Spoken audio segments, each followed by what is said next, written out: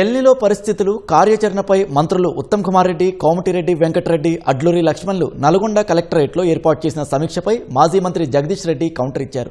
ఈ ప్రభుత్వానికి కళ్ల ముందు నుంచి పోతున్న నీళ్లను ఆపే తెలివి లేదని ఆయన ఆక్షేపించారు. ఉత్తమ్ కుమార్ రెడ్డి కాళేశ్వరంపై ప్రజెంటేషన్ ఇచ్చిన కంప్యూటర్ను తనకు అప్పగిస్తే అదంతా అవాస్తవమని రుజువు చేస్తానని జగదీష్ రెడ్డి సవాల్ చేశారు. కన్నేపల్లి పంప్ హౌస్ను తమకు అప్పగిస్తే బస్వాపూర్తో పాటు హుజూర్ నగర్ నియోజకవర్గం వరకు నీళ్లిస్తామని జగదీష్ రెడ్డి ధీమా వ్యక్తం చేశారు. సాగర్ నుంచి ఏపీకి వెళ్తున్న నీటిని నిలిపివేయాలని డిమాండ్ చేశారు. మీ అజ్ఞానాన్ని ప్రదర్శించుకోవడం కొరకు జిల్లా రివ్యూలు ఏం చేయాలన్న దానికి పెట్టాల్సిన మీటింగ్ ఇప్పుడు పెడతారా? వర్షాకాలం సగం అయిపోయినాక, వచ్చిన నీళ్ళు వెళ్ళిపోయినాక. ఉత్తమ్ మాట్లాడుతున్న పచ్చి అబద్ధాలు. సుందిల్లా అన్నారు బ్రహ్మాండంగా ఉన్నాయి 2 ప్రాజెక్టులు. ఎక్కడ ఎన్డీఎస్ఏ వాటిని వద్దని చెప్పలే.